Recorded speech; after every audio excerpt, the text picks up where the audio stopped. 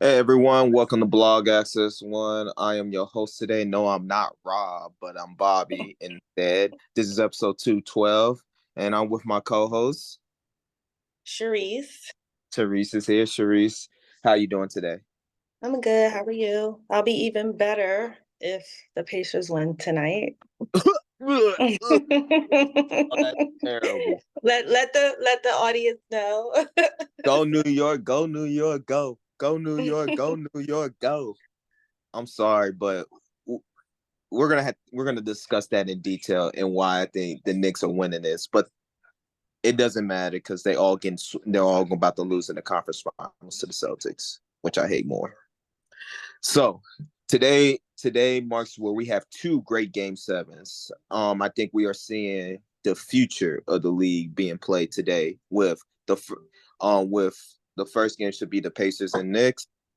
You have young Jalen Brunson, Josh Hart, kind of the face of New York basketball right now versus the up and coming face of the league. I think Tyrese Halliburton is competing for that to be one of the guys in the league and just leading the Pacers back to glory from the early 2000s. Um, like you said, you had the Pacers winning that one. Get some detail. Why do you think the Pacers are going to win? They had me scared for a minute. I think they're more hungry. They're realizing it. I think they it's not much of a mismatch that people think. They've been thriving, even though, however, it wasn't necessarily the star in the last game. But they've been coming. New York, I don't they might win, even if I'm wrong tonight, but I don't know. It's just something about the Pacers. I think they want to be that new team. Hmm. They're coming up there. They want to So, prove to everybody on the biggest stage that they can do it. so I'll say this. I will say New York wins tonight just based off experience. Brunson has been there. Josh Hart has been there. Like the experience is what's going to kick in, especially for a game seven. I don't know. I think this is their first game seven, but even DiVincenzo has been involved in deep playoff runs. That's what's going to be key. And OG Anunoby being the champion is, but the Pacers do have Pascal Siakam as well. So that's also interesting to see how he reacts to a game seven because he's been there. He's done it. He won the championship with OG on the team, but OG was hurt that year when they won. So I really feel like the Knicks, just off of experience, should win that. Now they are banged up. That is going to be key. That team is banged up. If I'm the Pacers and OG is playing today, the first play I'm calling is an ISO on whoever OG is guarding and test out that hamstring. We're gonna see how good that hamstring is before we, you Weigh know, him we down. Yeah. yeah, we're gonna see because like I've seen that you have to test it out. And Josh Hart, pretty much, I don't know. I think Josh Hart, because of his physicality and how he plays, you're gonna see Hardenstein's gonna have to step up on the rebounding. You're not gonna get them long rebounds are pretty much almost done with Josh Hart fighting with an abdomen strain. He's pretty much playing with half his body at this point. Yeah, and the Pacers don't really have all of that. They're not as banged up. I mean, I always say youth, but like you said, experience is coming into it too. I don't know. I mean, but they do have DiVincenzo. He's been awesome, and Yeah, John's been awesome. I think they can. I think it will come down to the wire. It better not be one of them blowout games, or I'm gonna be pissed for that for game seven. I What did you like think? That's what I'm saying. Last game, what did you think was the issue? What it adjustments? just tired and y'all were home. Y'all were making shots. It's easier to make shots at home than New York is a crazy crowd to play in. So last year um when New York and Miami were playing in the playoffs, I would and New York won game two.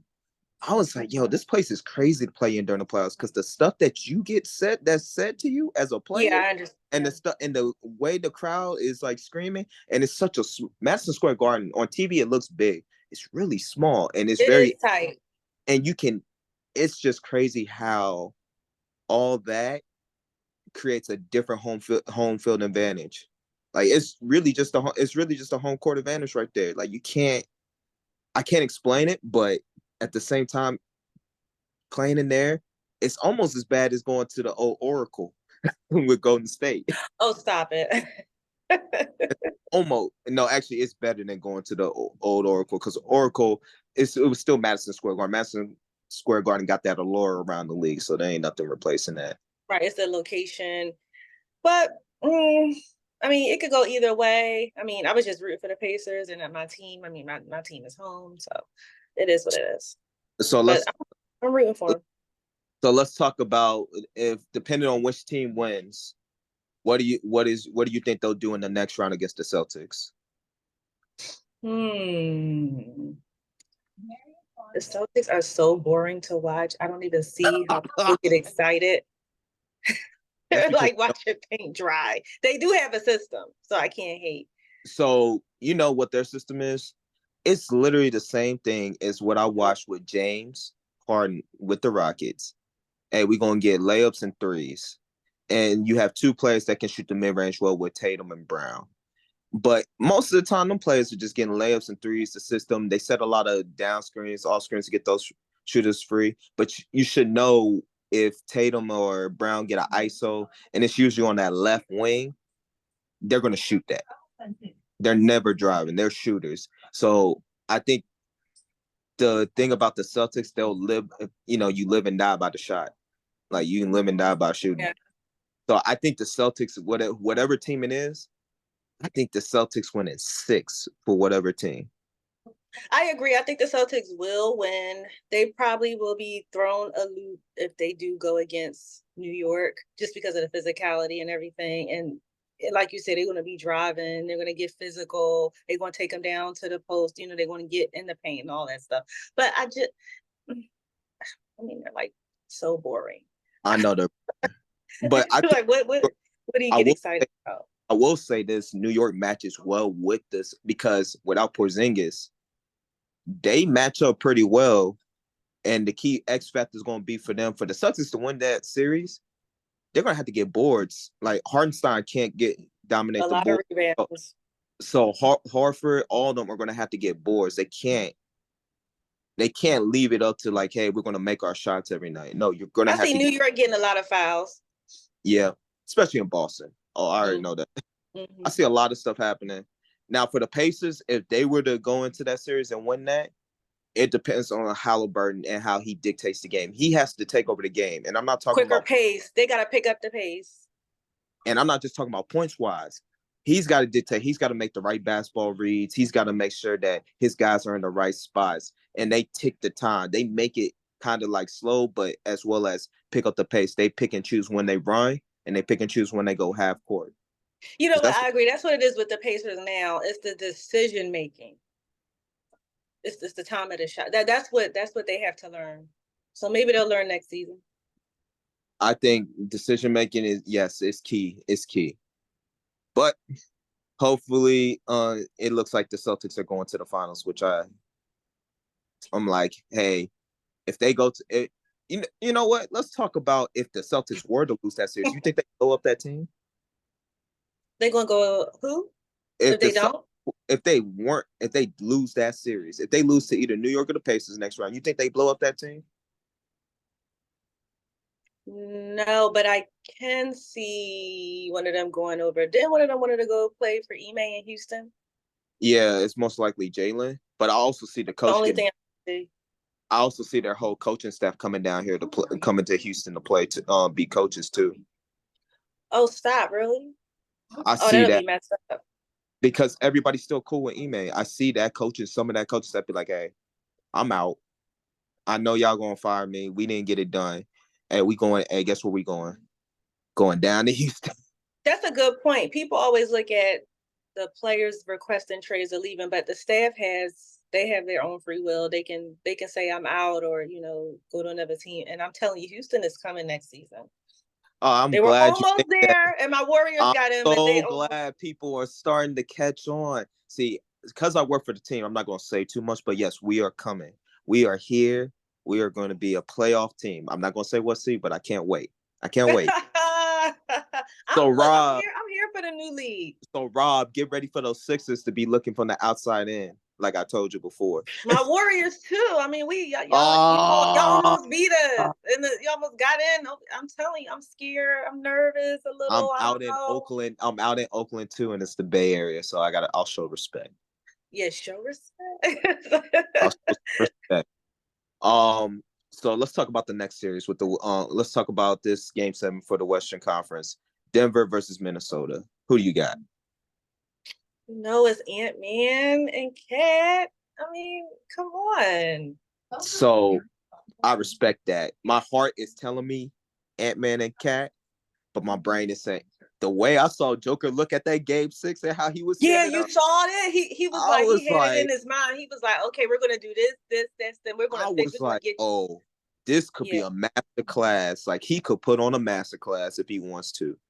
But it's interesting though because both teams have won on each other's court. So, that's where the key part is. You really don't know who's going to win this game 7 because they both, it's not like, oh, I won 2 on my court, you won 2 and all that. No, like they both won in each other's court.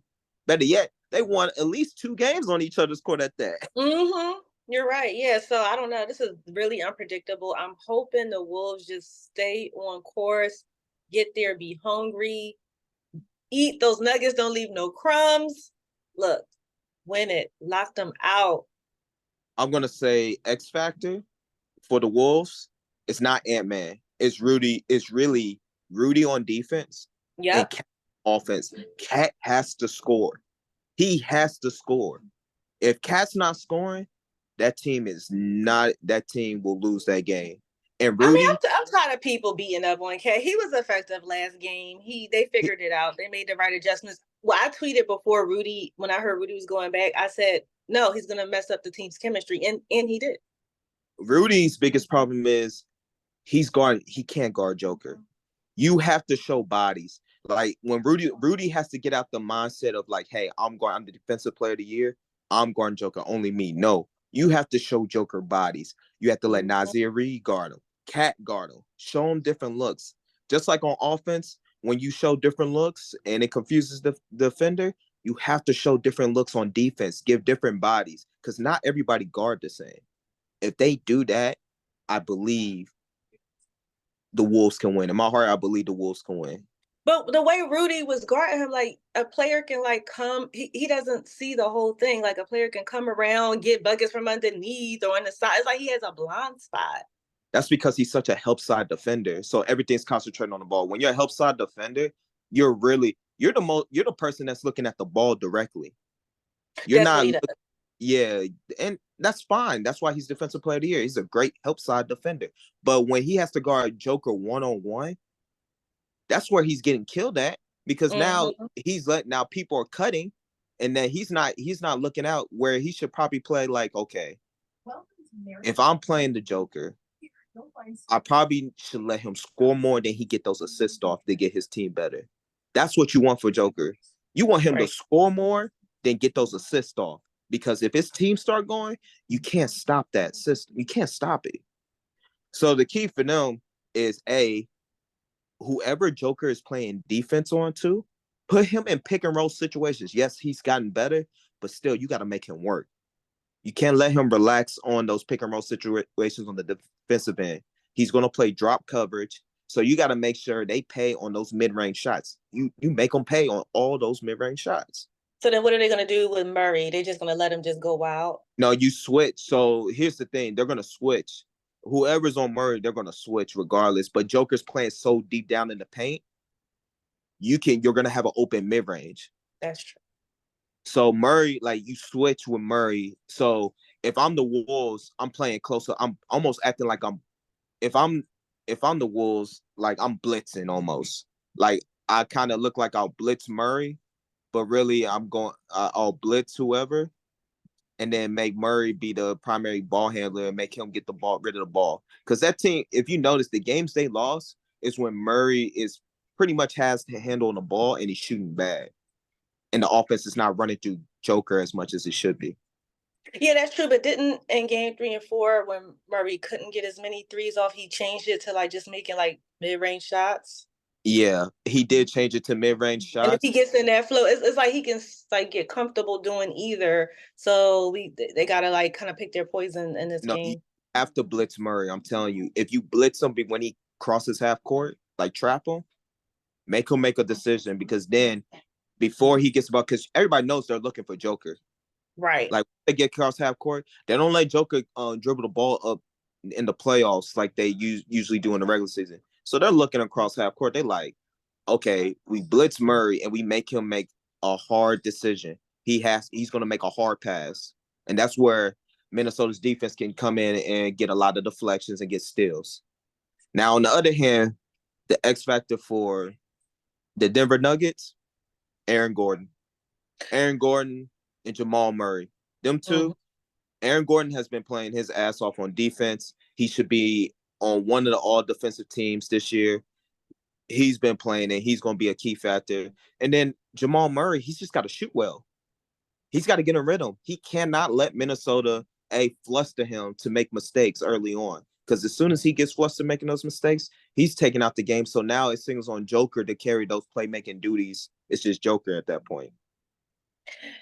Yeah, it'll be one. I think this will be the best game 7 so far. I think so too. So, as you know, last night, the Dallas Mavs clinched their going to the Western Conference Finals. Hard-fought game. I am very impressed with Shea and that young Thunder team. They played their ass off. You can't say enough about Shea, but for the game to end on a foul call like that, I'm not a fan. I hate that. I hate that for games like that, especially big games. But it is what it is. They made the call. You got to respect it. But let's talk about the Mavs with how they look with Kyrie and Luka and all the plethora big men that they have to go there. Like, they look good. Kyrie he's meshed well with this team. 14-0 and closing out games says a lot. Yeah, that's impressive. 14-0, that means I don't care when you say clutch, you have to give Kyrie that clutch player. I'm sorry. You say clutch 14-0 and closing out games in all playoffs? Kyrie's he's a silent killer. They He's don't good. expect it. They don't expect it. They don't talk about it enough. But he knows, because I'm glad he doesn't waver. He knows. Nah, he never wavers. I think Luka had a bad series, but that's scary for the next series. Because usually if Luka has a bad series, it's almost like, remember when Jalen Brunson was on the team and he carried them through that first round against the Jets? And then Luka went crazy against us. Like, I'm scared for whoever comes out of this Denver and Wolves series because we might get a Luka that might go insane. And I think I don't think Mavs was ready. I think Mavs were kind of shocked that I think it was twofold. I think they were shocked. They underestimated OKC. And at the same time, when they got into the midst of the series, they were like, okay, we're in a playoff series. I think they kind of respected it going along. Like, we have a series, we have an opponent now. So next series is going to be crazy. So the thing about the Mavs that I noticed from this series is that Luka took a lot of shots that he didn't need to take. Luka's best when he's free to run. Okay, I really think Luka is better than. I know they compare him to James Harden all the time, but I think Luka's better than that because at least Luka relocates. If the ball goes in the air, he shoots it. He tries to relocate and find an open spot. He doesn't stand in the same spot, you know? Right. So I think that's the one thing with Luka that we didn't see. But Luka is banged up, so maybe that's why he didn't relocate so much and he stayed in that same spot and everything. But Luka doing all them fade away and then passing to the corner is crazy by all means. And I don't understand why people are helping out or sagging off on the corner shooters. You would think now that in the league, because how valuable the corner three is, people would be like, hey, we're going to make that a tough pass. We are not sagging off the corner shooter. Like, you're going to have to there's going to be some type of action that gets you to the corner, but before we sag off that, which kills me. And I get it. Luka and Kyrie demand two people on them at all times. But at some point, the best way to defend them, in my opinion, is one, you can blitz them. Two, you put different defenders on them to give different looks and confuse them so they don't settle into their game. Those are the two things I believe that will happen. But even then, they're still going to score 30. Yeah, they're too resilient. I don't think you can really wait them there. They don't waver. Yeah. That's one thing I do like about them. They do not waver. They're going to score 30. So then you got to think as a coach, all right, if they score 30, that's cool. What about the other people? Am I letting Derek Lively and Gafford and PJ getting these rebounds and stuff? No, I got to stop all these second chance rebounds and everything. Am I letting Derrick Jones Jr., Josh Green, and all them get these corner threes off? No, you have to. There's some times where you got to let the star players score their points, but you can't let them get anything else off. Like they shouldn't be having 10 assists.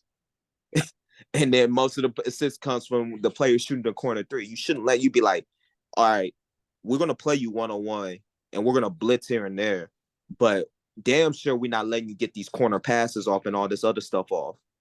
We are going to protect the corner three. We're gonna make sure you are the primary local on the focal point.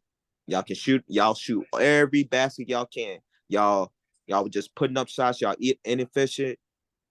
I think that's how you win against them. So who do you want to see them play, Denver or Minnesota? I want to see them. So this is where it's hard because I want to see Ant-Man in that spot and be the guy. I think if Ant-Man at this young age is going to the conference finals, yo, he's taking the throne as the best young guy, up and coming young guy. There's no question. And I know Luka's still young. I think Luka is old, but sheesh, he's 24. Luka's a young guy too. Oh, he's only 24? Yeah. I swear that man was like 27. I thought he was 24. He's a 20 young guy too. No, Kyrie, hold up. Kyrie's not even 30, right? Kyrie just turned 30. So it's crazy to say this, Yeah, but I do want to see this Joker and Luka matchup. Because Joker is pretty much Luka in a bigger body. Let's just call it spade a spade. I want to see both matchups, and I'm interested in seeing. I think both will be a great series. Now, if I had to pick a winner, just because of me, if the Mavs play Denver, I want the Mavs to win. If the Mavs play Minnesota, I want Minnesota to win.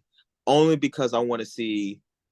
I think Luka's going to get his regardless at some point down the line. I just want to see this young Minnesota team make it because I wanted OKC to beat the Mavs.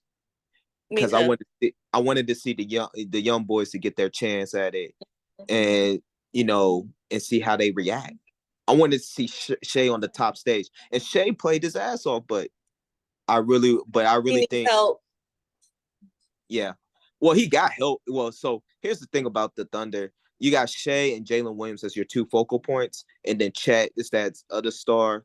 So Isaiah Joe's a good point. On the other Jalen Williams, they have to trade Giddey, and they need to find a point guard that's going to be good at passing, because that's the problem with them. That's a good point. The passing, and you can't they got to be good at passing, but also able to score. Giddey can't score. It was a lot of turnovers. Yeah, like Giddey can pass the ball, and it wasn't like many turnovers with Giddey having control of the ball. But when you have somebody that can't score and put pressure on the defense is able to set in, and then it's like, okay, so we're playing 5 versus 4, pretty much. The Celtics are still relatively young too, now that I think about it. Yeah, Jason Tatum and Jaylen Brown haven't even hit their 30s yet. Right, but these super young teams are giving them the business. I love it. Like, that's what I like. I want to see this new breed like to advance and do great things. So I'm very interested in seeing how they interact and what goes on. It's just crazy to think like we're seeing the changing of the guard. And I called this years ago. Like I was telling on my family members and stuff. I was like, these young people are coming. It's over for these. It's no country for old men. Sorry. It is the changing of the guard with these guys. And what I worry about too, as much as I am the biggest Rockets fans, but I'm gonna hate playing the Spurs for the next 10 years or more. I can't wait. That's gonna be awesome. I am gonna hate playing them because Wemby, he's him. He's gonna be one of them. And at first I wasn't a believer just because of the sense of like, okay, he's playing in the third league in France and stuff, and he wasn't. So I'm like, okay, I need to see it a whole season, and I'm like, he is gonna be good. I already knew he plays with such finesse. I love his style. I just don't like giving players like that title. It's like, oh, they're gonna be the greatest first year in. I don't. I really try not to, because like I need to see the second year. I always be like, hey, I need to see the second year when they got actual film and see how they react to stuff. But Wemby, I've seen enough. You're not. That's he's good. He's really good. He's the future face. He, if not the face of what's about to come. Yeah, him and Ant. Chat. I gotta give it Yep. to Chat. Yeah, those three, they're gonna be the new, I guess we're gonna say what? I'm not comparing their styles, but I'm saying stardom, the new what, LeBron, KD, Steph. Yep. Yep. I can see that. And I they're could. all gonna have their own success in their own right, as long as one team doesn't get beat by the other team and then go join the other. Yeah. I hope that. I hope the whole. I hope that phase ended like in free agency, like people joining up and stuff. I really don't want to see that. And don't get me wrong, Golden State, they did put on some beautiful basketball when KD joined. I was like, yo, if you watch the system and how the ball movement flows, it's really beautiful to watch. But it was born because you knew who was going to win. At the end of the day, you knew who was winning these finals.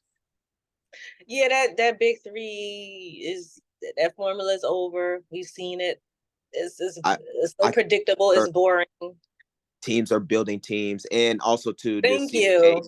CBA does not allow that anymore. They are hunkering down, but like, nah, we're not gonna let you have that. Oh, okay. So the Yeah, we're CBA, seeing actual teams playing now. that's why Golden State they're having to make that decision between Clay, Draymond, and stuff because like they're so over the cap. Like it's getting too expensive. Who knows? But I'm glad we're seeing actual team ball come back. Yes, That's what I respect and love about these super younger teams, these new teams. They're playing as a team. You see it. You see the chemistry. They're clicking up like they say, oh, y'all click like Golden State, like Pusha T said it or whatever. But I'm just saying it used to be you don't have to rely on 2 to 3 people. And then what are you going to do? Someone gets injured or someone got suspended or whatever. Like it's team ball, and these coaches are adjusting to it. So, but it is what it it should be. is. We'll see. So we went over our game sevens. I want to talk about the WNBA yesterday because Oh my gosh, these ladies, awesome. Just it was like some the good. young, just It was like some the good. young, just like the young men in the NBA. These ladies came in, no excuses. They came in ready to play. It was awesome. So This new season was awesome. I was talking with my dad, and we were talking about how Caitlyn, she's got to work on her handle, and she hasn't had time to work on her handle Right. because you think about it, you just got done with the incident on the Final Four, and then you go into the draft right then and there in training camp. So Yep. I think once Caitlyn has a true off season and she works on her handle, it's going to be scary for the rest of the league. And I'm talking about you got her, Sabrina. There's a lot of girls. I heard the comparison right now with Angel Reese and Caitlin Clark. They're in that Bird and Magic era Yep. of the, Yep. We see it. and then somebody saying Juju is MJ, which she can hoop, but I gotta see it. I gotta see it as she progresses Mm-hmm. over years because she can get buckets. Mm-hmm. So it's gonna be interesting, but also too, I think people underestimate the physicality of what these women because I'm seeing Caitlin take some screens, Oh my take some God, this weekend, Lord have mercy, she was getting beat down. and that's just part of the game. And I think some of the old timers were kind of upset at the media talking about dedicating like Caitlyn as that chosen one and stuff.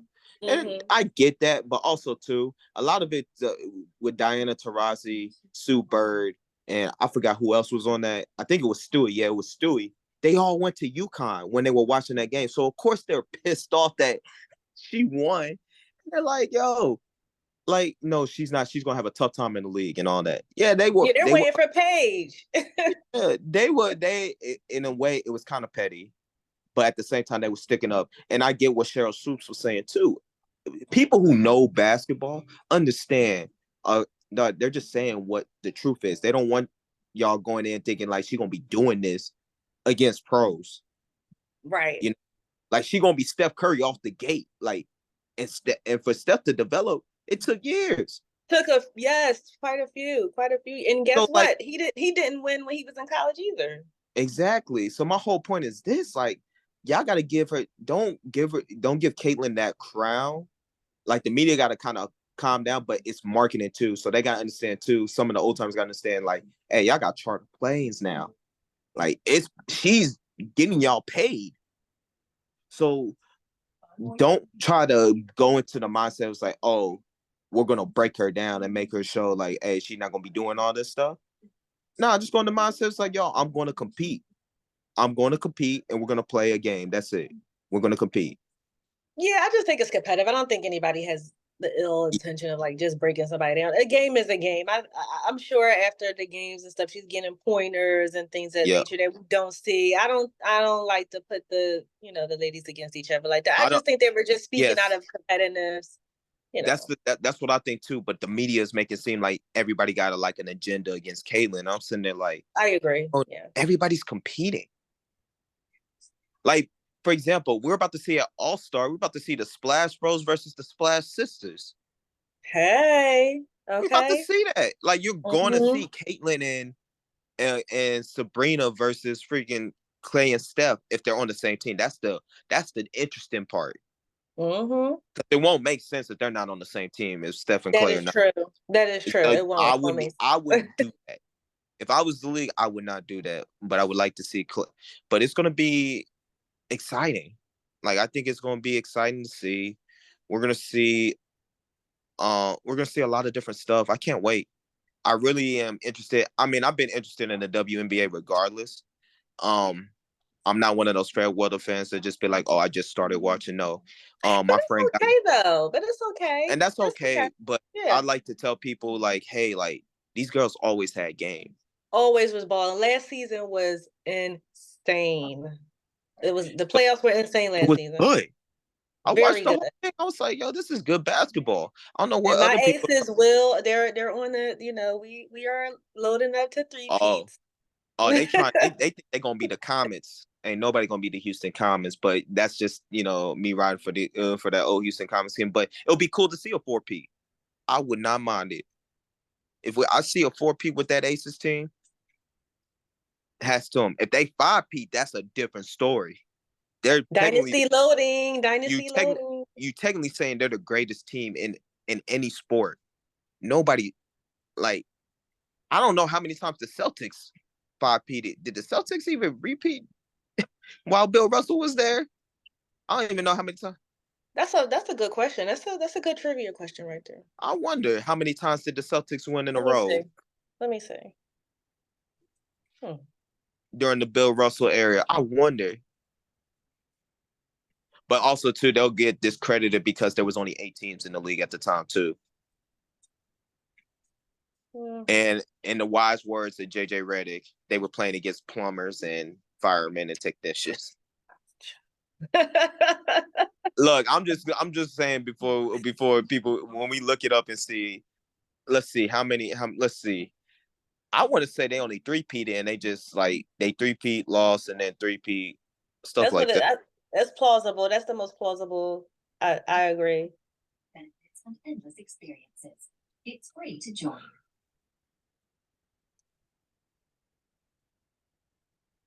Let's see. Quite radical. Side process. There was a pivotal question. What if a first-time visitor to Earth wanted to experience the ideal human environment? We went from building a hotel into I don't know what's up with Google. It never gives like straight answers anymore. It doesn't. You always got to research, and then AI is involved. I mean, the chat, like the. I would just put Boston Celtics championship years. I don't know. Well, I'll look it up. Let's move on. All right. So talk about the WNBA. You know what? We can talk about the Lakers and this coaching search they're doing. I do not want JJ Redick as the head coach of the Lakers. I think that it's a bad move for him. I think he should stick to broadcasting. And then until he ends up on a coaching staff as an assistant coach, I'm not a fan of him coming at just being the head coach of the Lakers. And then also too, it looks bad because you have a podcast with LeBron James. Mm-hmm.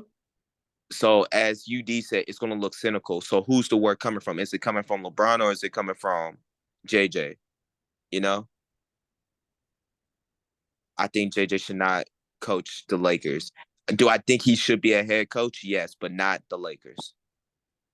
It's saying they won 8 in a row from 1959 to 1966. They won 8 in a row. Okay, shoot. Then the Aces got some work to do. Sheesh. All right. I would be cool. I'm cool if that I saw the Aces win 9 in a row. All them women, they went 9 straight. That'd be crazy. But I want to see. I just want to see. I do not think JJ is capable of coaching right now at this instant. I think it's just bad. It's a bad look for him.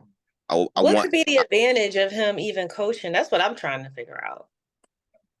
That's my whole point. Like, I know he is super basketball savvy and all, but he hasn't been on no assistant coaching staff. And I get it. They did the same thing with Jason Kidd, but there's a difference between Jason Kidd and JJ Redick, though. Jason Kidd was an actual point guard. That's true. And that's my whole thing. And then also, too, with JJ, like, yeah, I get it. You're talking basketball, and he's very smart. He played the game at the highest level. But I just don't feel like it's the right move for him to coach the Lakers. He can coach any other team. But coaching the Lakers and having a podcast with LeBron James, yo, that seems set you up for failure, like a setup for failure. Like, will they only do the podcast when they win? No, or where's the word coming from? Why are you trading me? Because LeBron said so, or is it JJ saying trade me? You know what I'm saying? Who's coming Yeah. over? Like, it's stuff like that, and that's important in the locker room because now guys are gonna be looking over their shoulder. Like, I mean, it's not like they're not looking over their shoulders with LeBron anyway. It's LeBron James in the locker room, but at the same time, like, you looking over your shoulders, like, this coach, I pretty much have to be like, you're gonna be a good teammate regardless, but pretty much it's almost like you can't be yourself too, you know? I don't think they can. I think everybody's on pins and needles when he's there. I don't know what justifies this move. How could he elevate the team? Yo, and the fact that the Lakers are bending will, they're doing the same mistake they did with Kobe in his last years. And I love Kobe to death. Don't get me wrong. RP, Mamba, everything, but Kobe should have retired. They should have said, "Hey, Kobe, we're not gonna pay you no more. Like, this is it, and we want you to retire as a Laker, but I think we need to build for the future." You know? Right. They didn't build around him anymore. It's like they didn't even care. And so the thing with LeBron, they're trying to build, and this whole thing about drafting Bronny too is crazy. Like, I'm not drafting. Here's my thing. Do I want to see LeBron play with his son? Yes. But only if his son it makes sense to draft his son. You know what I'm saying? Like, Bronny had a cardiac problem in college. Didn't put up the numbers he did. He needs to go back to college and prove himself. You put him in the league now, you putting a big target on his back. The expectations are going to be crazy. I mean, not only that, they just got earlier in the regular season, they got rid of Scottie Pippen, so with no problem. Exactly. Like, what was that about? I mean, they didn't let him develop. And not only that, I can see some people being, now this is what I akin to rebellion. Those people are going to pay, they're grown men and they're going to treat him like that. Not people are going to be sensitive to what happened to him earlier. Exactly. They're going to be doing all kind of physical stuff. So, and on the opposite spectrum, some people are going to be too scared. That's what I think I don't know. I think his dad might want that. Like, okay, you're going to be too scared to play against my son. So then it's going to be easier for me. I can see it going both ways. And then LeBron's also trying to get more money from the Lakers too with this move too, which is why the Lakers are like, oh, we'll draft LeBron so we can keep LeBron.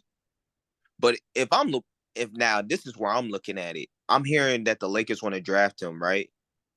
If I'm LeBron and I have the best interest for my son, which he does, don't get it, he does.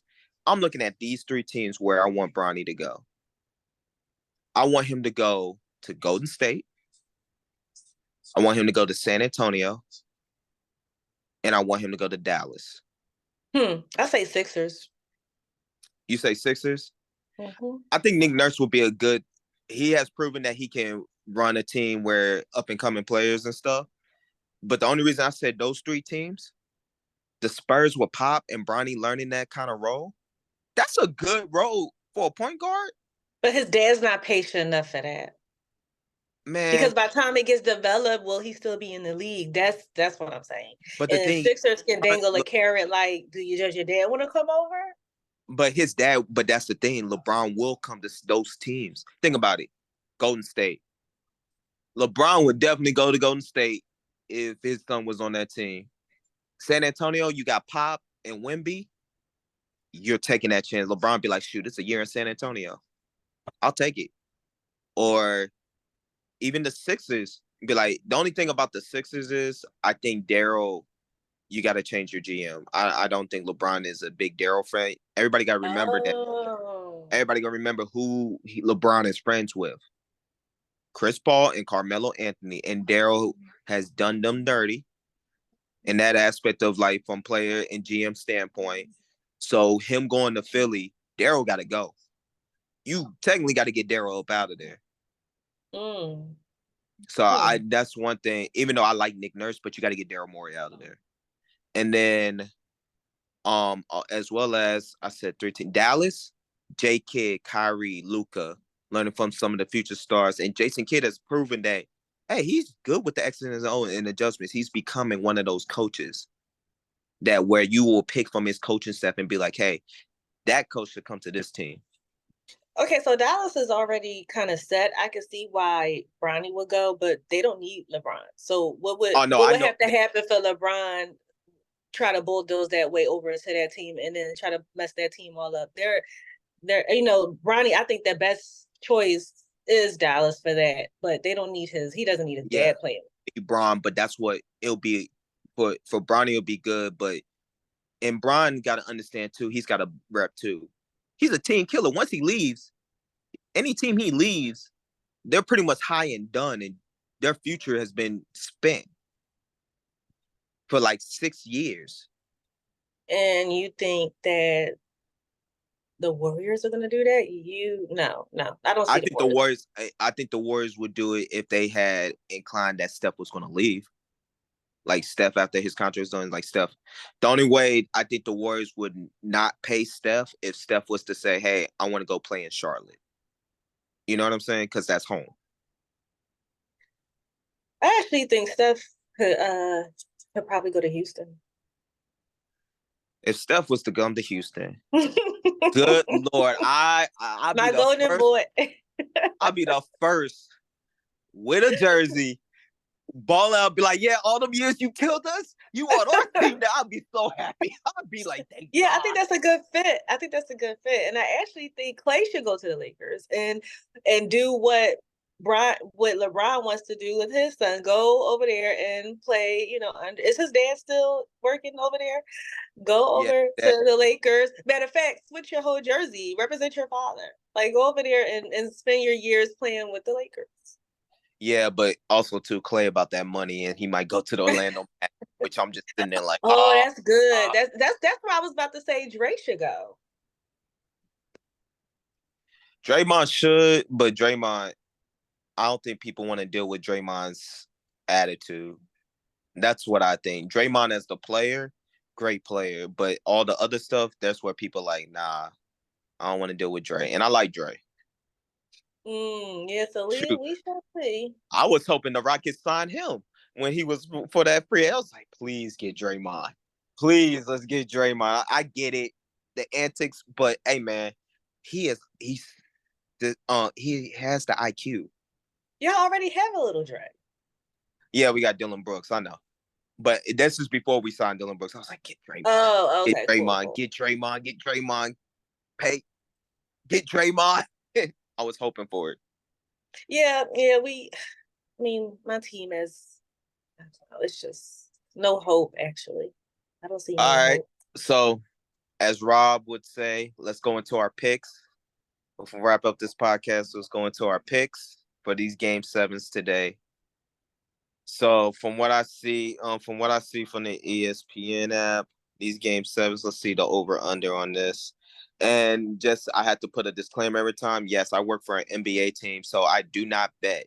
I do not give picks. I am just looking off of ESPN. So please do not report me on anything that I have a hand in the game or anything, because that is not what we're doing. I definitely don't have any. I'm Put I'm a just an enthusiast. I have to put out a disclaimer because I Yeah. work for the league, so I Oh, make sure cool, that. cool. So first game up at 12:30 got Pacers-Knicks. New York had is the favorite, 2.5 favorite, -2.5, and then you had the Timberwolves and Nuggets. Denver's the favorite, -4.5. Right, still -4.5. -4.5. So who do you have winning the Pacers-Knicks game today? This is so hard. They're at home. I actually am going to say New York may win, but I do hope Pacers will win. You But put I your think it's heart. going to be New York. I think it's going to be New York. Okay. I'm gonna go with New York as well.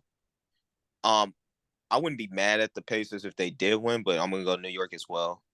And then the next game, the Timberwolves and Nuggets. Like I said, Denver's a 4.5 favorite. I'm picking the Timberwolves.